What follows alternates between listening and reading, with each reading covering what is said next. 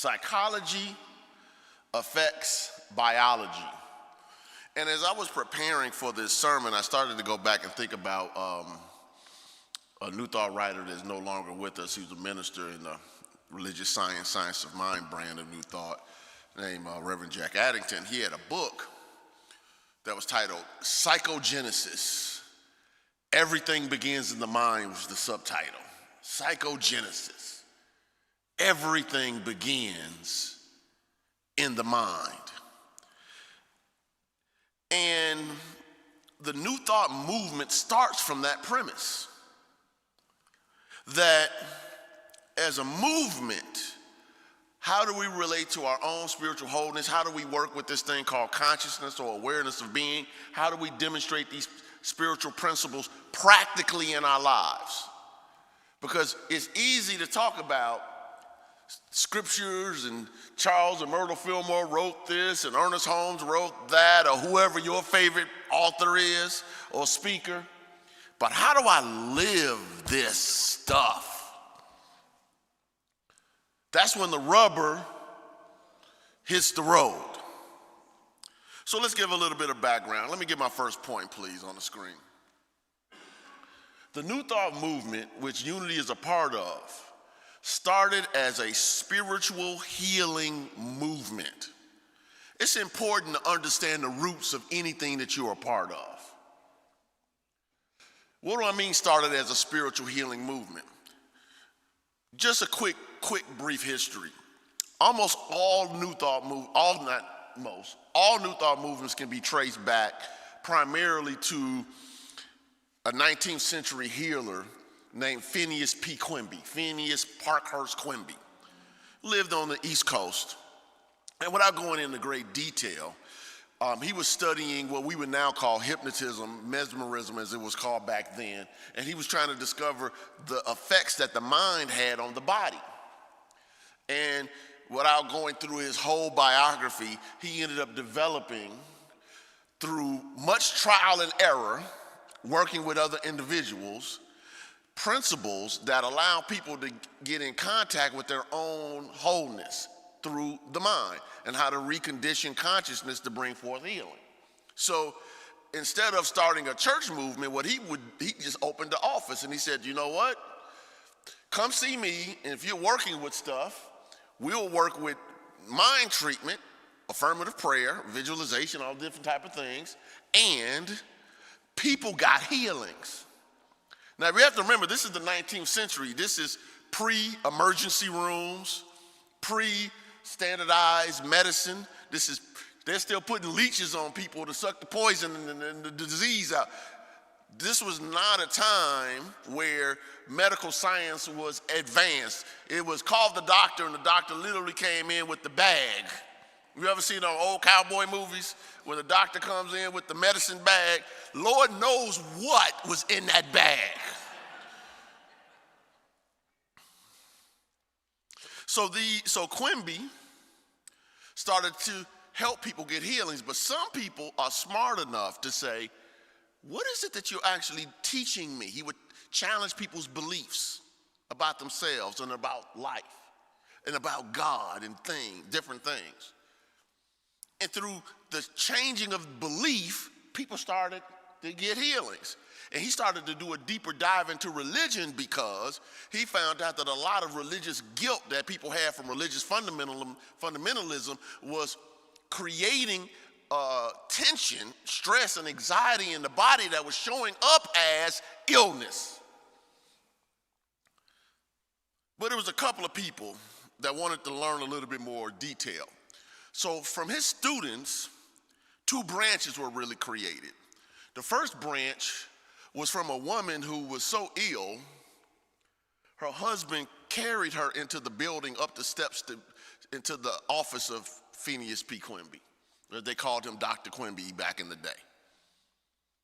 She received a healing, and then she became an advocate for his teachings initially before she started her own thing.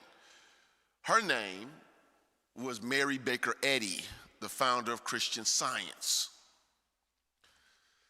His other students like Warren Felt Evans and Horatio Dresser, I can't remember his wife's name right now, Julia Dresser, something like that, and others created what we now call started writing about metaphysical healing and mind cure and the spirituality behind it. And they became they created the trend of what became New Thought, mixed with some of the people that left the Christian Science movement. So they're in New Thought, they're our sisters. Not exactly always the stack, but the fundamentals are the same.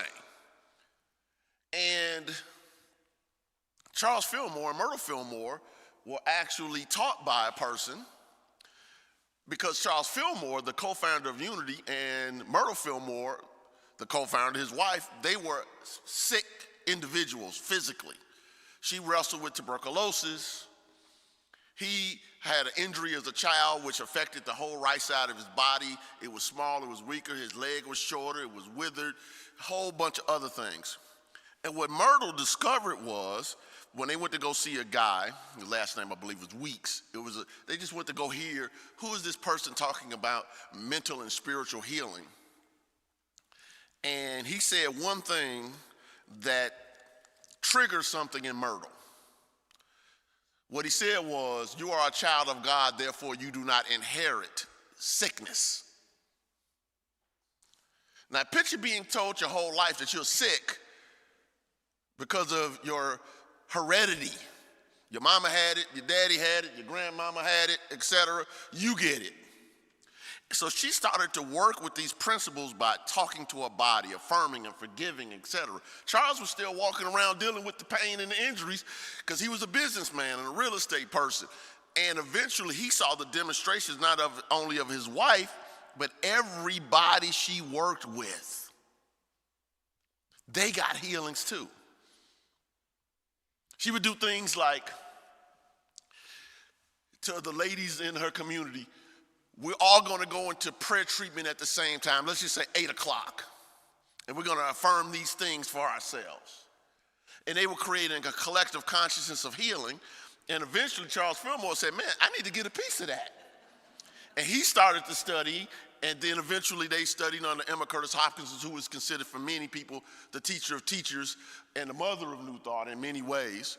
And what you call now the Unity movement, which you all are part of, came about 1889. Now, why is this important? Because if you understand the principles of what you are learning here on a week-to-week basis in sermons and classes, through reading your daily word and things of that nature, you're actually discovering these principles that help people pre-advanced medical science heal themselves of incurable so-called diseases. I want you to delete there was no penicillin. There were no antibiotics.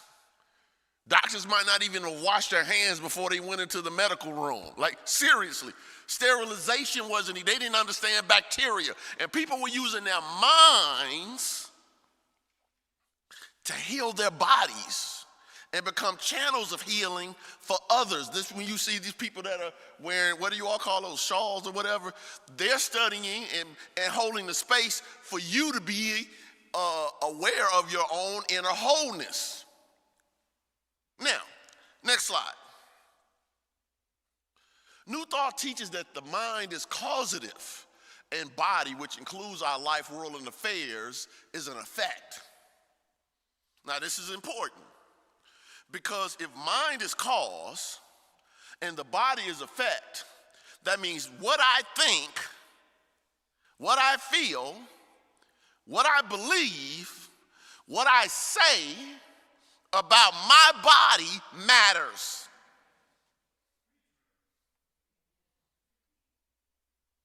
Mind is cause. Someone once wrote, whether you believe you can or if you believe you can't, you're right. So New Thought focuses a lot on what we would call right thinking, right feeling, right words, right actions, right reactions. Why? Because we understand that the right meaning, by the way, in accordance with divine principle and universal law, creates effects like the thought. In other words, you can't plant a watermelon seed and expect to get oranges. And you can't be in fear, anxiety, stress, and frustration all the time and expect to produce peace, harmony, and divine order in your body. Because guess what? Your body believes every thought you think, every feeling you have, every belief you allow, every word you say.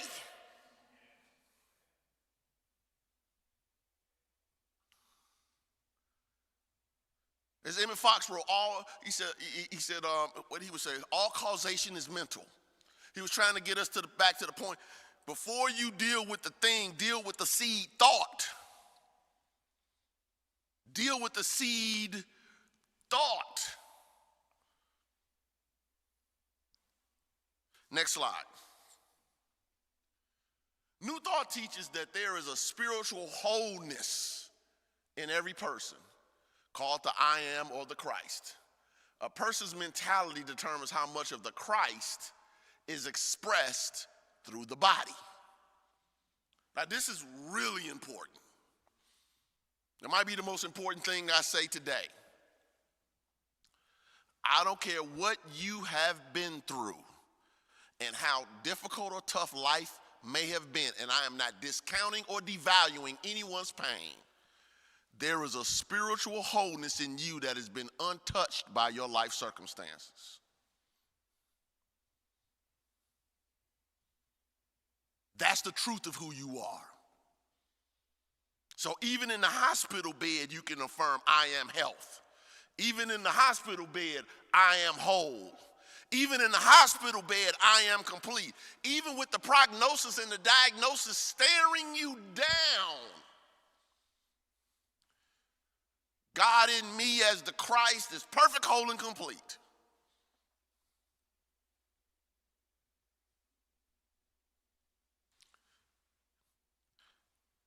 It's never the question of, does God want me to be healthy? The only question is, how much God am I allowing in my consciousness to function? Because the God presence is already within you as the I am, as the Christ. Christ is not Jesus' last name. Christ comes from Christos, Greek, anointed or anointed one. From the Hebrew Messiah, anointed one. There's an anointing in you.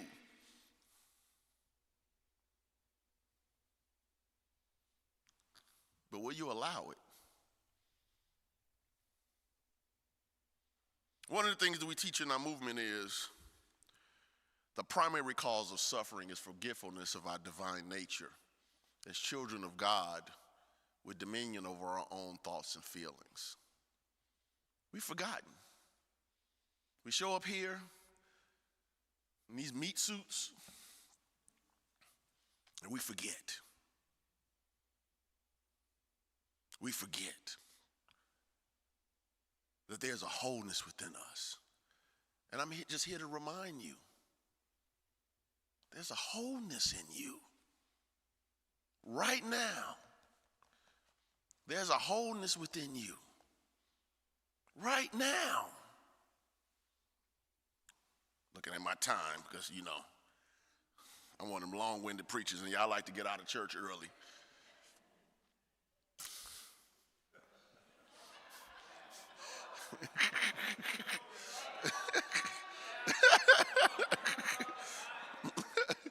Yeah. Years ago, one of my childhood friends called me to tell me that his wife was in the hospital. She was dealing with some serious issues. So, of course, I got in my car, drove right over to the hospital to meet her, and I don't know if she was in ICU or not. No, she wasn't in ICU. She was in a regular room. I remember because there was a phone in her room. And but she was on her cell phone explaining to somebody point by point, everything that the doctors were saying was wrong. So when she got off the phone, and I waited, I said, do you mind me giving you a suggestion? And she said, no, what? I said, okay, we're going to pray, but let me just work with this suggestion. I said, there are people who have every right to know what's going on with you, your husband, your mama, people like that, your sisters, I get it. I said, but all these people calling you, asking you to give the rundown and the breakdown and the organ recital of everything that's wrong, I said, realize that you're rehearsing that to your subconscious mind over and over again every time you have to explain it. I said, so even with the people that you love, after you've explained it to them, I want you to say this instead. When they say, what's going on? I said, tell them, I'm working on my healing. Pray for my healing. See how that changes the energy of that? I'm working on my healing. Now you see me in the hospital, not just as a sick person with a body that's breaking down, but as a person that is consciously working on getting better. And I'm enrolling you into that job with me. She said, yep, and she did it. And guess what? She got better. Next slide. This is a quote from the medical doctor, Dr. Bruce Lipton, who's a cell biologist. He says, you may consider yourself an individual, but as a cell biologist, I can tell you that you are in truth a cooperative community of approximately 50 trillion single-celled citizens. Now just stop and think about that for a second. The you that's sitting in the chair and the you that's watching online, you are a community of 50 trillion single cells cooperating to show up or manifest physically as you. Each one of those cells have life, intelligence, and substance. And you, because psychology affects biology, through your thinking, through your feeling, through your beliefs, communicate with the 60 trillion community that you call your body.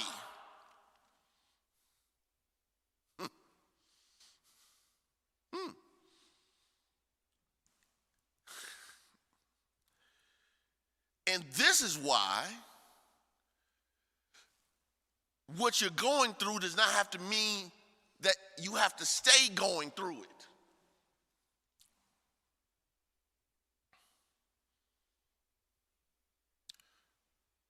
Doctors have a term, remission, when something goes away. But guess what? Do you believe you can make some stuff in your body that's not working disappear? With your consciousness. See, because if you don't believe it's possible, it doesn't matter. This is why communities like Unity, communities like where I come from, Christ Universal Temple, and the Centers for Spiritual Living, the Universal Foundation for Better Living, Divine Science, and other New Thought brands matter because we're a community that says this is possible. Next slide. The placebo effect versus the nocebo effect. How many people here have heard of the placebo effect? All right, so I don't have to get into a bunch of detail about they give people the sugar pill and they give some people the real pill. And really medical science is about outperforming the placebo. That's really what medical science is really about. Some people who believe they get the medicine get better. It is so demonstrable. In other words, it shows up so often, regular trial medicine has to outperform the placebo. So, Dr. Bruce Lipton wrote this as well. He wrote, if the brain expects that a treatment will work, it sends healing chemicals into the bloodstream, which facilitates that. That's why the placebo effect is so powerful for every type of healing. And then this is also powerful. And the opposite is equally true and equally powerful. When the brain expects that a therapy will not work, it doesn't. It's called the nocebo effect.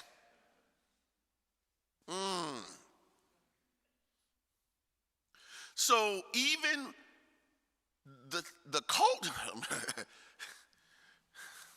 culture of your consciousness determines how well medicine works. Don't miss that. The culture of your consciousness. What do I mean when I say the culture of your consciousness?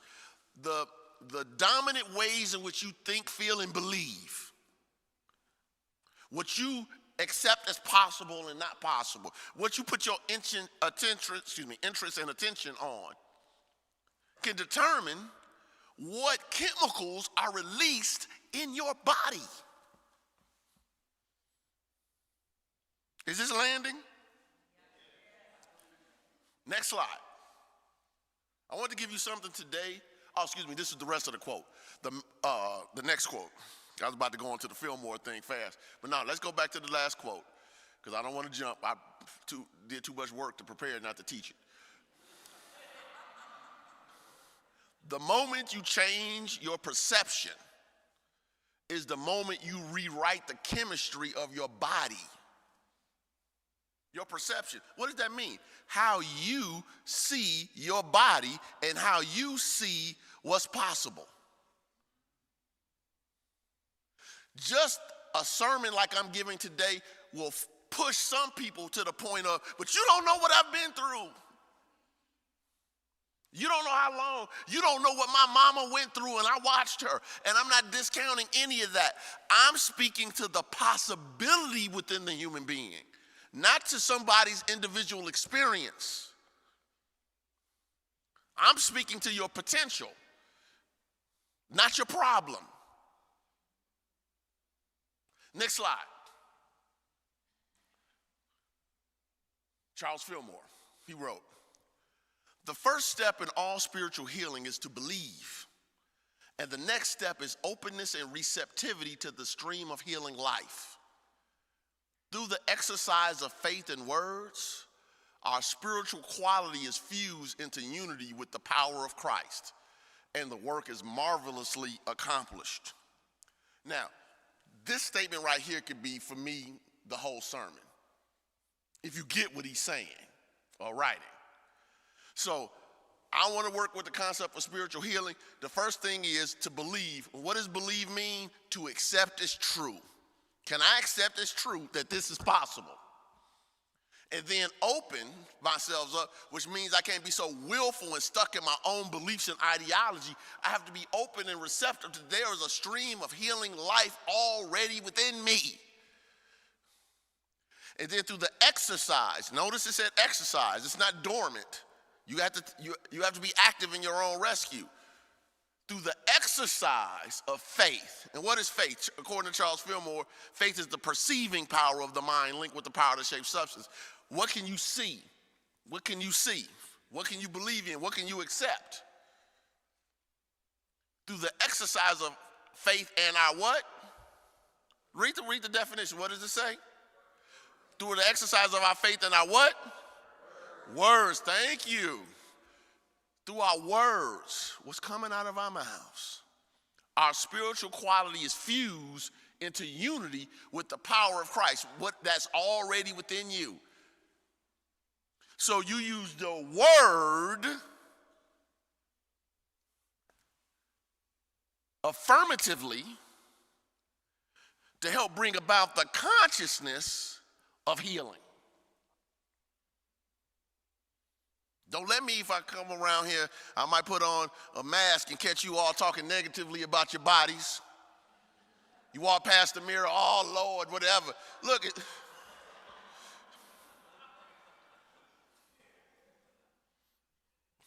If you want to get it to better, just say, oh, I need to get in better shape. Now, don't down it. Don't talk about it. Don't be negative about it. If it don't move the way it used to move, okay, what can it do now? Through faith and your word, speak the word for your own healing. Next slide. So this is a scripture from Luke chapter 18, verses 35 through 43. And this is my last point, so I can get you all out on time or a little slightly late. As he approached Jericho, meaning Jesus, a blind man was sitting by the roadside begging. When he heard a crowd going by, he asked what was happening. They told him, Jesus of Nazareth is passing by. Then he shouted, Jesus, son of David, have mercy on me. Those who were in front sternly ordered him to be quiet. Then he shouted even more loudly, Son of David, have mercy on me. Jesus stood still and ordered the man to be brought to him. And when he came near, he asked him, what do you want me to do for you? He said, Lord, let me see again. Jesus said to him, receive your sight. Your faith has saved you. Immediately he regained his sight and followed him, glorifying God and all the people. And when they saw it, praised God. So as I close, why am I using this scripture? He was a blind man. He wasn't just a blind man, he was a blind beggar. When we look at the metaphysical symbology of that, he lacked, it represents in us the lack of perception of the truth, and because we're so much in that desperate lack consciousness, it's almost like a beggar. We don't know what we're supposed to know, and we get stuck in situations we shouldn't be stuck in, and we can't see ourselves out. But then he hears about this healer, and then we hear about a message like you hear at this church that's passing you by, and something in you says, maybe something can be different from me. Maybe I don't have to go through this. Notice what the people did. Here's a man getting up. Oh, Jesus is here. Let me get up. Let me start shouting. They tried to quiet him. When you start to think that it's possible for you to be healed, your own thoughts will try to crowd you out. You've been dealing with this for 25 years. Don't you know, you read what it said on Google, nobody gets healed of this. Don't you know that this, et cetera, you start pulling out all the data and all what the doctor said and the medicine said and all this other stuff. You will crowd out your own hope if you're not careful. But what did he do? He just got louder until Jesus paid attention to him. Keep your mind focused on your healing until you tap into the power that's within you. And then the power, Jesus said, you got my attention now. What do you want me to do for you? Until you can say back to God, this is what I want, until you, as Reverend Ike used to say, be definite with the infinite, you haven't done your prayer yet. What do you want me to do for you? When you go into prayer, have intention. And then he received his sight. But this is the part of the story that I love as I close. He didn't just receive his sight and go about his merry way and still kept being a beggar. According to the story, he then became a follower of Jesus. So he didn't stay in a situation, in the condition that he was previously in. New life meant new experiences. When you get your breakthroughs, get out of the old mental and sometimes physical environments that held you down.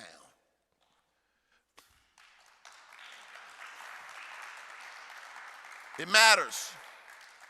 It matters. So as you go forward, recognizing that your psychology affects your biology, realize that there is already a divine healer within you. And as you do the work, and as your own thoughts try to drown you out and crowd you out, and you've been dealing with this, and your body gets tired from the tests and the pokes and the needles and the other stuff that goes along with it, or somebody's telling you something that this was wrong yesterday, now it's 2 more things today. I'm saying to you, like that blind beggar in the story, don't give up. Get louder in your own mind until the only thing you can hear is, Lord, give me my sight. Lord, give me my healing. Lord, give me my breakthrough. Lord, give me my transformation.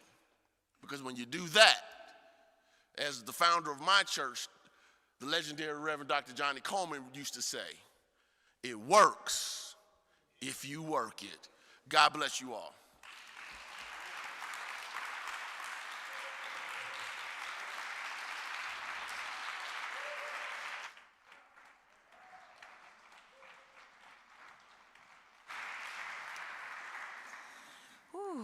So yeah, Truth Transforms is his podcast, and certainly I think we can feel that truth transforms. Pretty gorgeous. And I have an opening line for you if you want to talk to one of those prayer chaplains after church. Maybe something can be different for me. You can just, if you don't know what to say to them, you walk up to them and you can just say, maybe something can be different for me. Well, the Peter Paulzar Quartet is back. Peter Henry's back. Bruce Henry. Peter Henry. All right, awesome. Bruce Henry's back. Let's give him a warm welcome. Sorry about that. We'd like to do a song for you from America's greatest composer, Mr. Duke Ellington. And this is from his Sacred Works. In the beginning, God.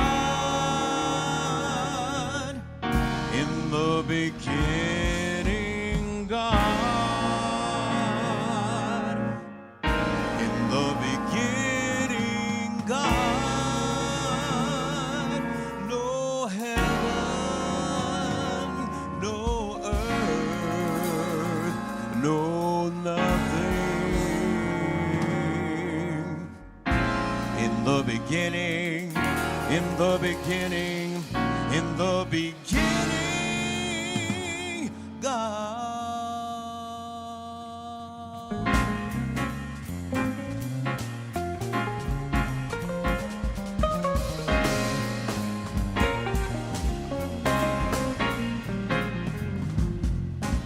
In the beginning, God. In the beginning, my Lord God. In the beginning, God. No heaven, no earth, no nothing.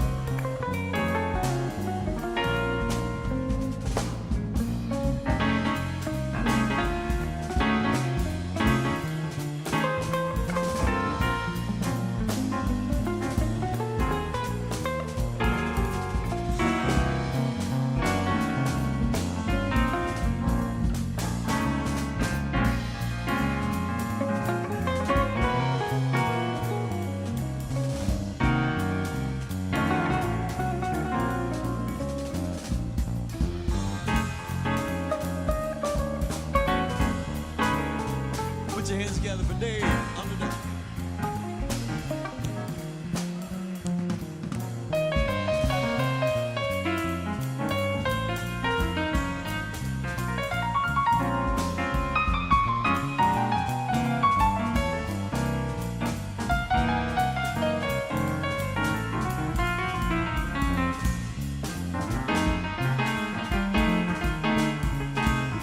Peter Paulzar. No backstreet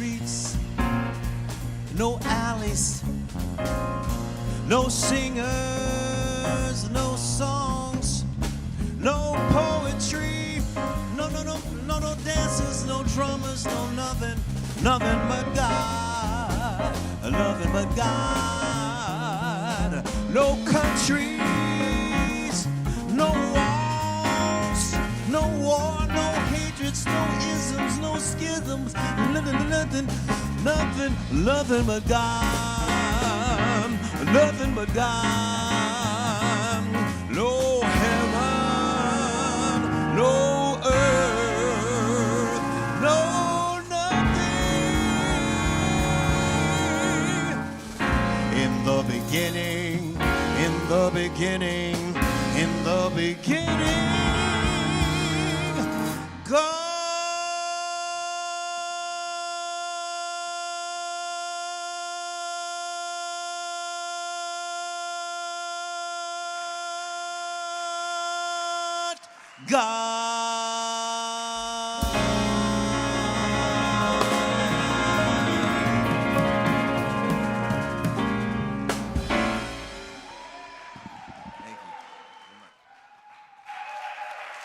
Let's give them another round of applause.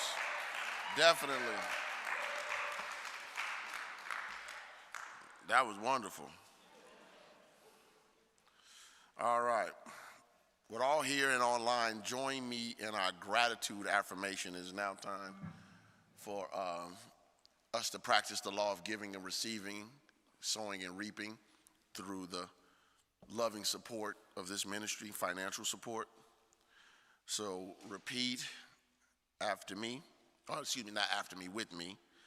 Divine love richly flowing through me blesses and multiplies all that I am, all that I have, all that I give, and all that I receive. I am grateful for the blessings of this day. I am grateful for the blessings on the way.